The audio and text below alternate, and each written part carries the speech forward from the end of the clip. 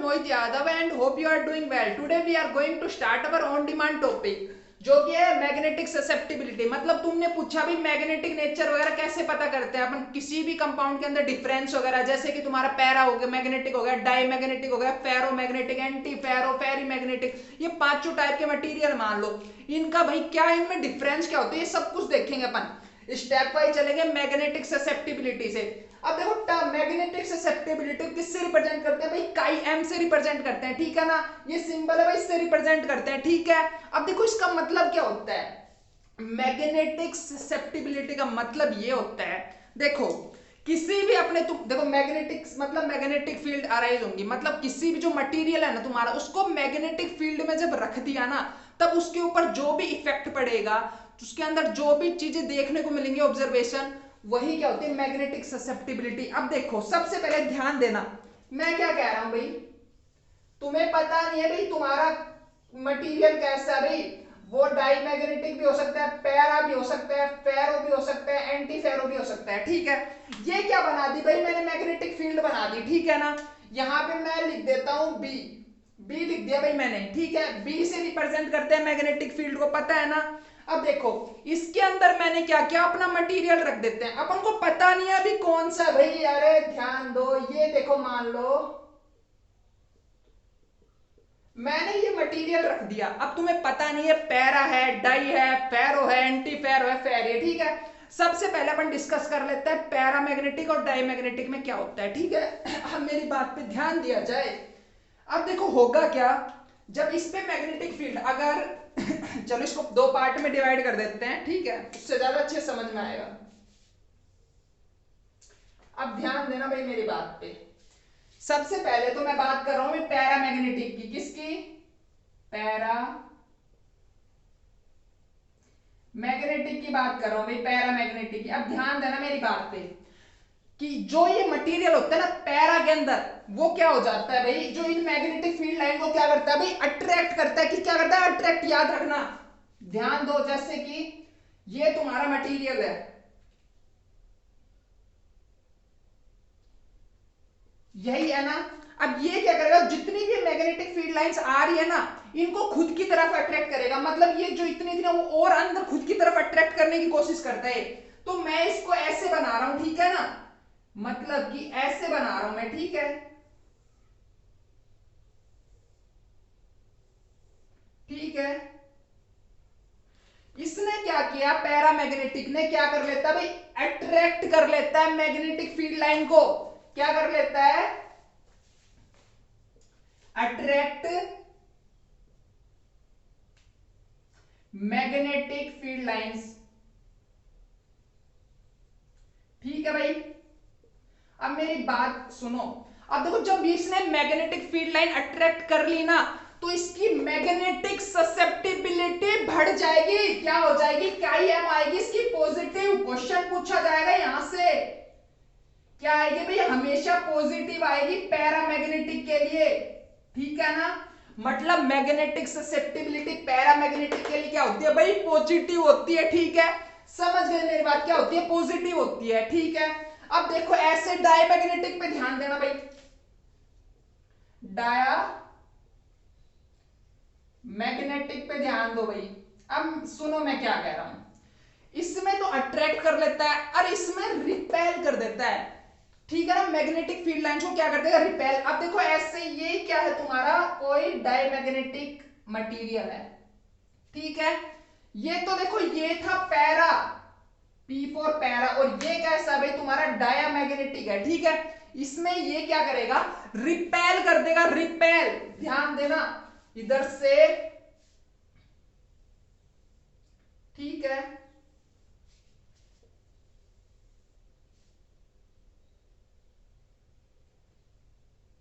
बना लेना भाई रिपेल, समझ गए ना तुम, मेन चीज जो मैं बताना चाह रहा था वो समझ गए। मतलब कि इस पे जो मैग्नेटिक फील्ड लाइंस आ रही थी ना, देखो नॉर्मल कंडीशन ये थी बिल्कुल, जब तुम्हें पता नहीं मटेरियल कौन सा है, लेकिन तुम अगर पैरा मैग्नेटिक मटेरियल है ना तो वो क्या कर देगा, अट्रैक्ट कर लेगा मैग्नेटिक फील्ड लाइंस को। अगर डाई मैग्नेटिक है तो वो क्या कर देता है भाई, रिपेल कर देता है मैग्नेटिक फील्ड लाइंस को। अब इसकी वजह से क्या ऑब्जर्वेशन देखी गई, अब मैं लिखूं क्या भाई, क्या कर देता है भाई, रिपेल मैग्नेटिक फील्ड लाइंस।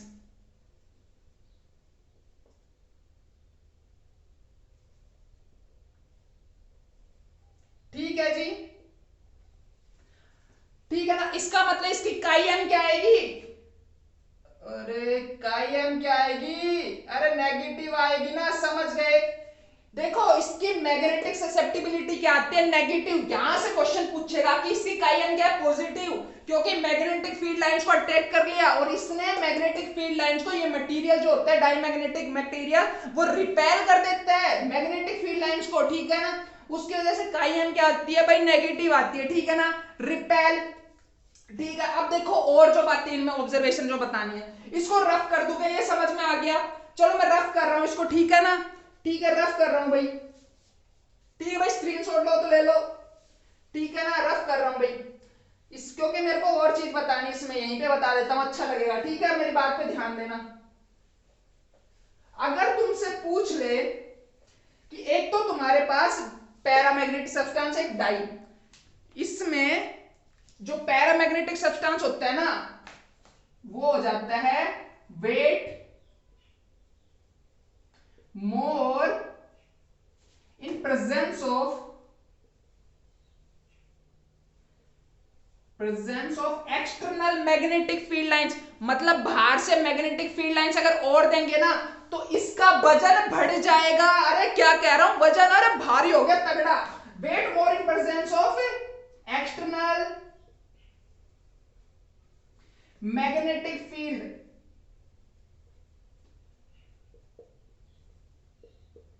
समझ रहे हो जी? एक्सटर्नल मैग्नेटिक फील्ड में वेट ज्यादा हो जाता है इसका, और इसका क्या हो जाता है भाई? क्योंकि ये अट्रैक्ट करता है मैग्नेटिक फील्ड लाइन को खुद की तरफ, तो उसकी वजह से ये पैरामैग्नेटिक सब्सटेंस, इसका वजन बढ़ जाता है, इसका वेट मोर हो जाता है। तो तुम्हें कोई क्वेश्चन दे दो गड़बड़ मत करके आना। और इसका वेट क्या हो जाता है भाई? वेट हो जाता है भाई लेस, ठीक है, ठीक है ना। और तुम्हें कोऑर्डिनेशन कंपाउंड में मैंने सिखाया भी है पैरामैग्नेटिक और डाईमैग्नेटिक में कैसे देखते हैं। मैंने क्या कहा था, जिस भी बंदे के पास अनपेयर्ड इलेक्ट्रॉन हो, मतलब जो कि सिंगली ऑक्यूपाइड इलेक्ट्रॉन हो, क्या कहा? Unpaired electron not equal to zero. अरे मतलब कुछ ना कुछ अनपेयर्ड इलेक्ट्रॉन हो। अरे याद करो, मैंने बताया था कि बंदा अगर सिंगल हो, तो क्या हो जाएगा? पैरामैग्नेटिक। अगर कमिटेड हो गया, कमिटेड होने के बाद क्या हो जाती है उसके अंदर? अनपेयर्ड इलेक्ट्रॉन क्या हो जाते हैं भाई? अरे जीरो हो जाता है अनपेयर्ड इलेक्ट्रॉन। बंदा कमिटेड हो गया, जीरो अनपेयर्ड इलेक्ट्रॉन, मतलब कि इसके अंदर इलेक्ट्रॉन कैसे क्या है? सारे के सारे पेयर्ड इलेक्ट्रॉन है। मतलब कमिटेड बंदा कैसा रहेगा भाई? पेयर में, ठीक है। इसीलिए जब अपन डी ऑर्बिटल बनाते थे, अगर इसके अंदर, अगर ये पेयर में हो, क्या कहा मैंने? अगर ये पेयर में हो तो कैसा होगा? डायमैग्नेटिक, ठीक है।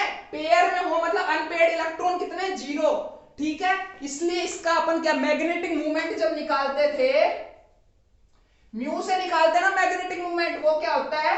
अंडर रूट n+2, यही रूल होता है ना। और bore magneto under root n+2, ठीक है।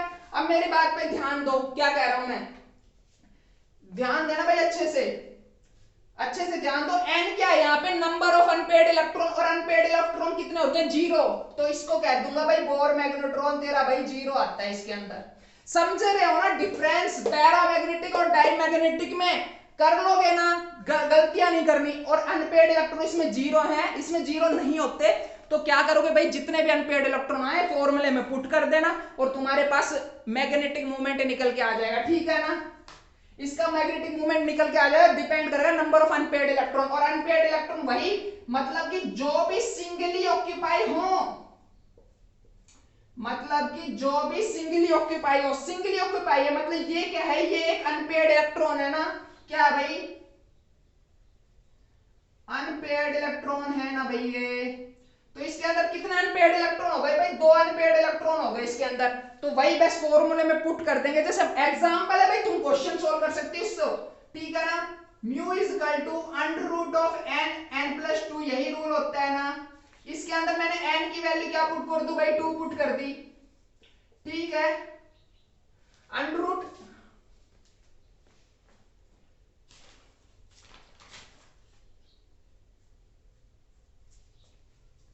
ठीक है ना भाई, क्या पुट कर दी भाई, 2 प्लस 2, तो कितना आ गया तुम्हारे पास, 4 2 सा 8, अंडर रूट 8 आंसर आ गया ना तुम्हारा। तो रूट 8 क्या आ गया, इसका बोर मैग्नेट्रॉन आ गया। और हमेशा ये तुम्हारा बोर मैग्नेट्रॉन, ये क्या है, मैग्नेटिक मूवमेंट, अरे ये क्या है भाई, मैग्नेटिक मूवमेंट है भाई। तो मैग्नेटिक मूवमेंट निकालने के लिए फॉर्मूला यूज करते हैं, जो कि अपन ने कर दिया और ये आंसर आ जाता है ऐसे। तो समझ रहे हो ना, पैरामैग्नेटिक और डायमैग्नेटिक में बिल्कुल डिटेल में पढ़ लिया, पैरा और डायमैग्नेटिक, ठीक है। चलो अब एक और चीज बता देता हूं मैं यहीं पे, ठीक है। कभी गड़बड़ नहीं करनी है, आज तुमने कहा बिल्कुल सर इनमें डिफरेंस वगैरह भी बताना, इसलिए मैं बता रहा हूं बिल्कुल डिटेल में, ठीक है। अब मेरी बात पे ध्यान दो, ये चीज समझ गए ना भाई, किसी को डाउट हो तो यार कमेंट मार देना, ठीक है। अब मेरी बात पे ध्यान देना, क्या बता रहा हूं भाई, टेम्परेचर का इफेक्ट और देख लेते हैं दोनों पे टेम्परेचर का इफेक्ट और देख लेते हैं भाई, ठीक है। अब देखो, जो तुम्हारा पैरामैग्नेटिक सब्सटेंस होता है ना, वो इनवर्सली प्रोपोर्शनल होता है टेम्परेचर की, उसकी मैग्नेटिक नेचर, मैग्नेटिक ससेप्टिबिलिटी, ठीक है ना।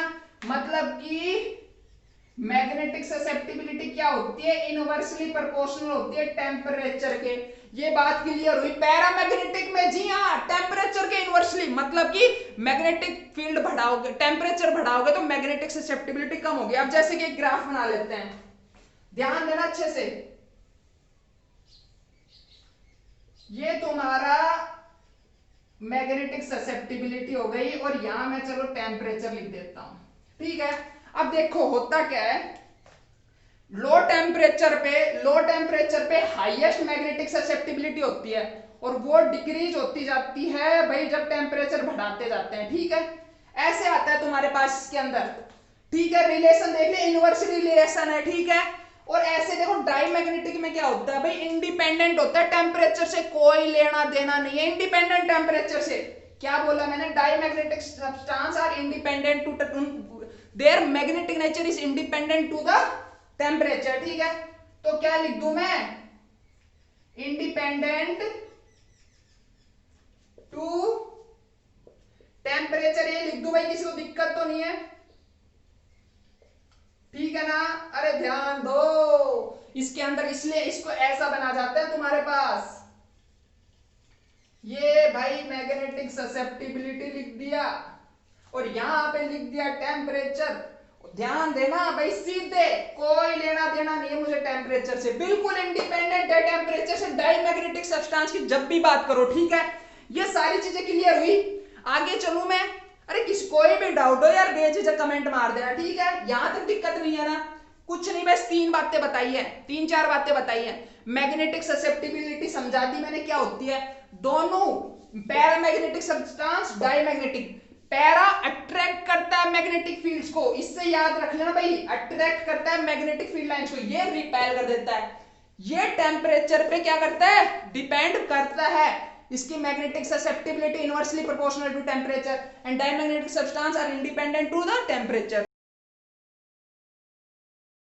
ध्यान देना, अपन 3 और कर लेते हैं, फेरोमैग्नेटिक, एंटी फेरोमैग्नेटिक और फेरी मैग्नेटिक, ये 3 और कर जाते हैं। अब ध्यान देना, इन तीनों के अंदर सबसे पहली बात याद रखनी है कि ये सारे के सारे मैग्नेटिक ससेप्टिबिलिटी इनकी पॉजिटिव आती है। बात समझो, तुमने देखो पैरामैग्नेटिक पढ़ लिया, पैरामैग्नेटिक मैंने बताया काईएम क्या आती है, पॉजिटिव आती है।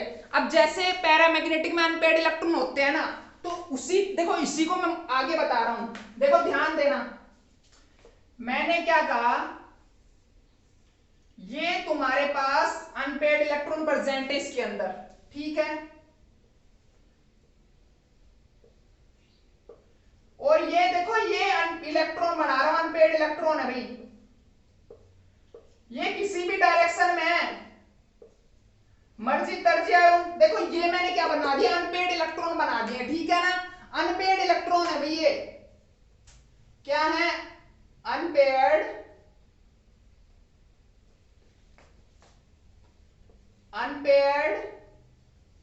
इलेक्ट्रॉन है, ठीक है। अनपेयर्ड इलेक्ट्रॉन है ये सारे, और ये unpaired electron magnetic field lines के अंदर किसकी तरह बिहेव करते हैं? टाइनी मैग्नेट की तरह बिहेव करते हैं, ठीक है। किसकी तरह भाई? इनको अपन बोलते हैं डोमेन्स, ठीक है, और डोमेन्स बोलते हैं, और इनको लिख सकते हैं which act as tiny magnet, ठीक है जी, which act as tiny magnet, ठीक है, छोटे छोटे मैग्नेट की तरह बिहेव करते हैं, ठीक है। अब देखो, जो ये छोटी छोटी मैग्नेट है ना, ये अलग अलग डायरेक्शन में जब अरेंज है ना, अलग अलग डायरेक्शन में अरेंज है, अपन ने क्या किया, इनको एक्सटर्नल मैग्नेटिक फील्ड दी, ठीक है। अब देखो अपन दे रहे हैं मैग्नेटिक फील्ड एक्सटर्नल, जब देंगे ना तो इनके अंदर अलग अलग मटेरियल अलग अलग तरीके से रेस्पॉन्ड करेगा। अब देखो ध्यान देना, एक बार समझ लो, बस समझ लो, ध्यान दे लेना क्या कह रहा हूं। सबसे पहले बात कर लेते हैं तुम्हारे फेरोमैग्नेटिक की।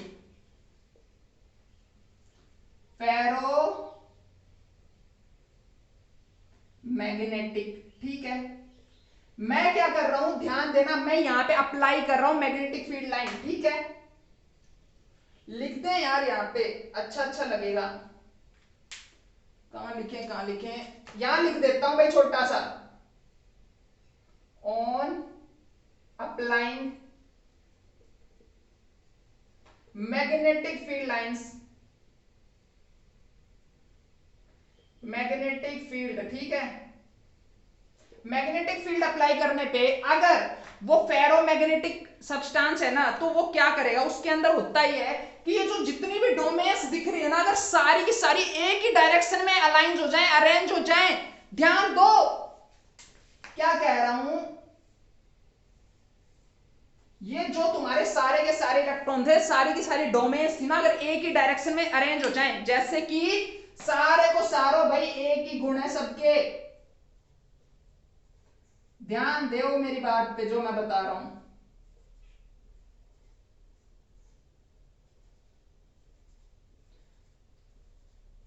देखो मैंने क्या किया, सबको एक डायरेक्शन में अलाइन कर दिया है, सारे के सारे अगर ये इलेक्ट्रॉन हैं जो कि डोमेन्स की तरह बिहेव कर रहे हैं, उन सबको अगर एक ही डायरेक्शन में अलाइन कर देना तो कैसा सब्सटेंस बनता है, फेरोमैग्नेटिक सब्सटेंस बनता है, और इसका मैग्नेटिक नेचर बहुत ज्यादा होता है, ठीक है ना, बहुत तगड़ा होता है, ठीक है। अब देखो ऐसे ही फेरो हो गया, मैं एंटी फेरो और बता देता हूं, एंटी फेरो पे ध्यान देना भाई। एंटी फेरो मैग्नेटिक सब्सटेंस कैसे होते हैं, उनके अंदर क्या हो जाता है भाई, अगर ऐसा सब्सटेंस होगा ना तो वो उसके अंदर हो क्या जाता है भाई, एंटी, एंटी से मतलब से ही समझ लो कि अगर एक ऊपर की साइड है डोमेन तो दूसरा नीचे की साइड होगा।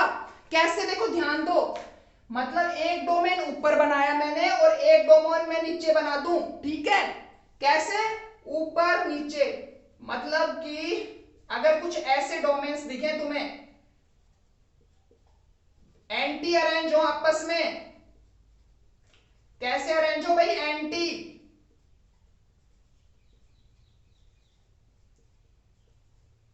अब देखो ये आपस में एंटी अरेंज है, तो ये भाई थोड़ा मैग्नेटिक है भाई, थोड़ा मैग्नेटिक नेचर बनाऊंगा मैं, नीचे वाला कह रहा है मैं तेरे को कैंसिल, तो आपस में रिजल्टेंट जीरो आ जाएगा, बिल्कुल। एंटी फेरोमैग्नेटिक सब्सटेंस में इतनी मैग्नेटिक नेचर होता ही नहीं है, ठीक है, क्यों, क्योंकि इसमें डोमेन्स क्या अरेंज होती है, एंटी पैरेलल अरेंज होती है, ठीक है ना, एंटी पैरेलल अरेंज होती है, इसकी वजह से इसका मैग्नेटिक नेचर बहुत कम होता है, बिल्कुल बहुत होता ही नहीं, नेग्लिजिबल टाइप का, ठीक है ना, एंटी फेरो में बहुत कम होता है, ठीक है। ऐसे ही कौन सा आ गया, एंटी फेरो हो गया, बच कौन गया, फेरी, अरे लास्ट बच गया जी, कौन सा, फेरी मैग्नेटिक, फेरी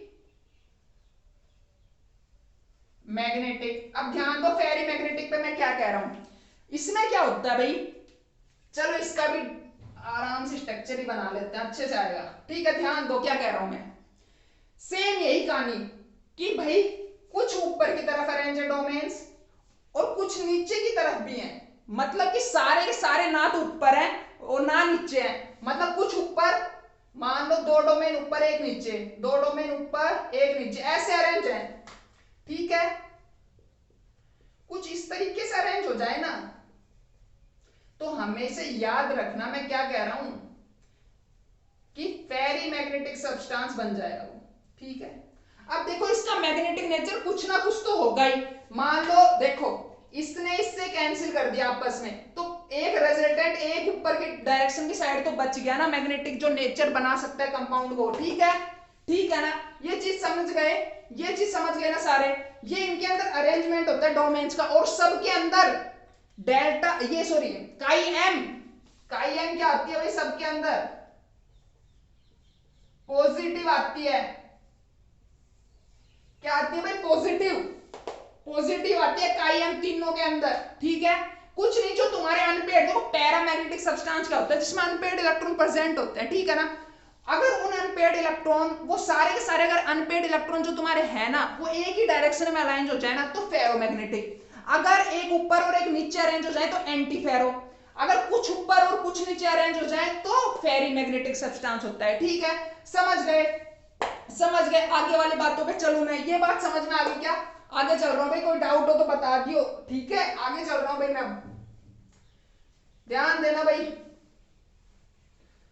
चलो तीनों के ग्राफ और डिस्कस कर लेते हैं, टेम्परेचर का जो इफेक्ट पड़ेगा। अब मैं क्या बता रहा हूं, मैं इनका इफेक्ट टेम्परेचर पे, ठीक है। तीनों का इफेक्ट देख लेते हैं टेम्परेचर की वजह से क्या होता है। ध्यान देना मेरी बात पे।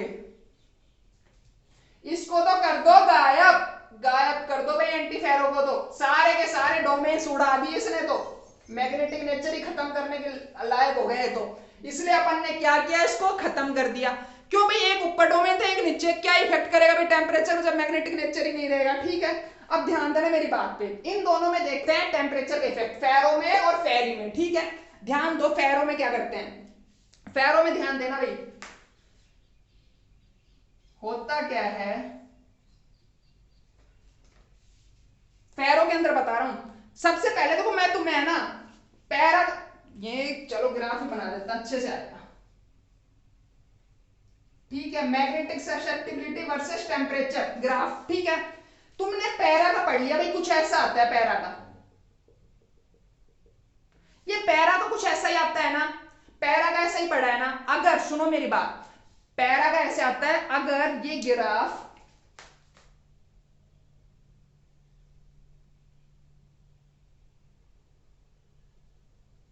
कुछ इस तरीके का है, ये देखो ध्यान देना, ये किसके लिए बनाया मैंने, पैरामैग्नेटिक के लिए, और ये किसके लिए बना रहा हूं, जो मैंने ब्लू कलर से बनाया है वो बनाया फेरो के लिए, मैग्नेटिक, ठीक है।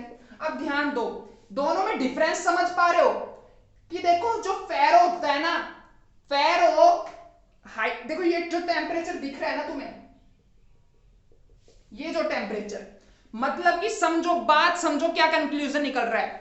जो पैरामैग्नेटिक फेरोमैग्नेटिक सब्सटेंस है ना, हाई टेम्परेचर पे, देखो टेम्परेचर इधर बढ़ा रहे हैं, हाई टेम्परेचर पे, इस टेम्परेचर पे, इसको बोलते हैं क्यूरी टेम्परेचर, ठीक है। टीसी लिख देता हूं भाई, अरे क्रिटिकल मत समझ लियो, क्यूरी, क्या बोल रहा हूं भाई, क्यूरी टेम्परेचर पे, क्यूरी टेम्परेचर पे जो तुम्हारा फेरोमैग्नेटिक सब्सटेंस है ना, पैरामैग्नेटिक सब्सटेंस की तरह बिहेव करने लग जाता है।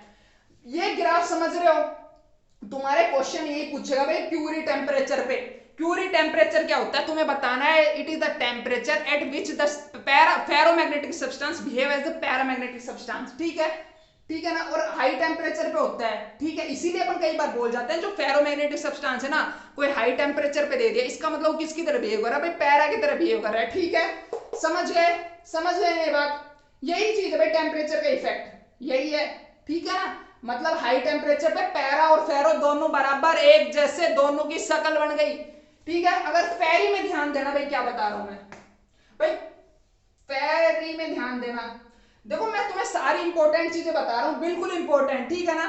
कोई यहाँ पे यार तुम्हें लाइन बाय लाइन में थ्योरी नहीं दिखा रहा हूं, लेकिन मैं तुम्हें एक एक चीज समझा रहा हूं, ठीक है ना। देखो ऐसे ही फेरी मैग्नेटिक में क्या होता है, ये मैंने पैरा का बना दिया, पैरामैग्नेटिक सब्सटेंस ऐसे बिहेव करता है, टेम्परेचर से बताया यूनिवर्सिटी बिहेव करता है।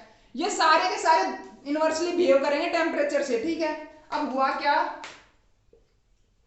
काई एम वर्सेस टेम्परेचर, ठीक है ना। अब ध्यान देना, इसमें भी, इसमें कैसा आता है देखो, समझना, जो मैंने ग्रीन से बनाया है, ग्रीन से बनाया वो क्या है तुम्हारा भाई, पैरामैग्नेटिक है, पैरामैग्नेटिक के लिए आता है। और जो मैंने ब्लू से बनाया है वो बनाया है किसके लिए, फेरी के लिए,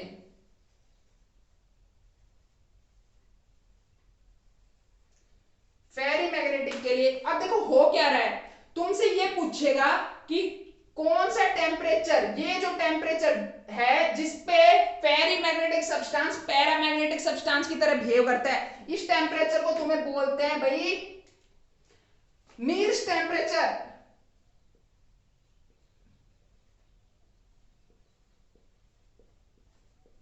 ठीक है ना। तो तुम्हें हमेशा याद रखना है, देखो मैग्नेटिक नेचर तो तुम्हें पता है फेरी का कम होता है एज कंपेयर टू फेरो, कम होता है ना, क्योंकि कुछ डोमेन ऊपर अरेंज है और कुछ मतलब रिजल्टेंट तो भाई कम ही आ रहा है ना, मैग्नेटिक तो कम ही आ रहा है रिजल्टेंट, ठीक है ना। और अब देखो ध्यान दो, इसीलिए देखो इसका नीचे आता है मैग्नेटिक नेचर कम होता है, लेकिन जब टेम्परेचर इंक्रीज करते हैं ना तो धीरे धीरे ये पैरा की तरह बिहेव करने लग जाता है, मतलब कुछ डोमेन्स अलाइंस कर जाते हैं पैरा की तरह, ठीक है ना, अलाइंस कर जाते हैं उसी डायरेक्शन में हाई टेम्परेचर के ऊपर, उस वजह से ये किसकी तरह बिहेव करने लग गया, फेरी मैग्नेटिक सब्सटेंस पैरामैग्नेटिक सब्सटेंस की तरह बिहेव करने लग गया, ठीक है ना भाई। समझ गए क्या, ये बताओ समझ गए या नहीं। बस तुम्हें ये दो चीज बतानी थी, क्यूरी टेम्परेचर क्या है भाई और इसमें नील्स टेम्परेचर, तुम्हें इन टर्म में फंसाएगा। और तुम्हें ये अच्छे से पता है कि भाई ये भाई इनवर्सली प्रोपोर्शनल होता है टेम्परेचर के, ये चीज। लेकिन इसमें ये स्पेशल केस याद रखना भाई, नील्स टेम्परेचर में कम होता है मैग्नेटिक नेचर, ठीक है ना। अभी तुम्हें डोमेन्स वगैरह बना के दिखाई दी चीजें अभी तुम्हें, ठीक है ना। कंफ्यूजन हो तो भाई कमेंट मार देना, बिल्कुल डाउट सेशन ले लेंगे, ठीक है, और अच्छे से और करवा लेंगे कुछ, ठीक है। ये चीजें क्लियर हुई भाई, इतना ही है, इतना ही है, और कुछ नहीं पढ़ना भाई, और ज्यादा ध्यान नहीं देना है, ठीक है। ये सारी चीजें थी भाई, पांचों मैग्नेटिक नेचर करवा दिए हैं, डाया कर लिया, पैरा कर लिया, फेरो कर लिया, एंटी फेरो कर लिया और फेरी कर लिया, ठीक है ना। ठीक है चलो एंड कर दूं सेशन, नहीं बहुत बड़ा हो जाएगा ये, ठीक है। चलो समझ तो आ गया ना भाई, समझ कुछ भी डाउट रहा हो तो भाई कमेंट मार देना, ठीक है। और भाई ज्यादा ज्यादा शेयर करो, ठीक है, जिसको भी जरूरत हो, मतलब कि यार केमिस्ट्री की स्टूडेंट हो, मतलब प्रिपरेशन वगैरह कर रहे हो, ठीक है ना, उनको शेयर करना, ठीक है। और तो thank you and have a nice day, bye bye, thank you so much. You like my video, didn't you? Click on subscribe button for more videos.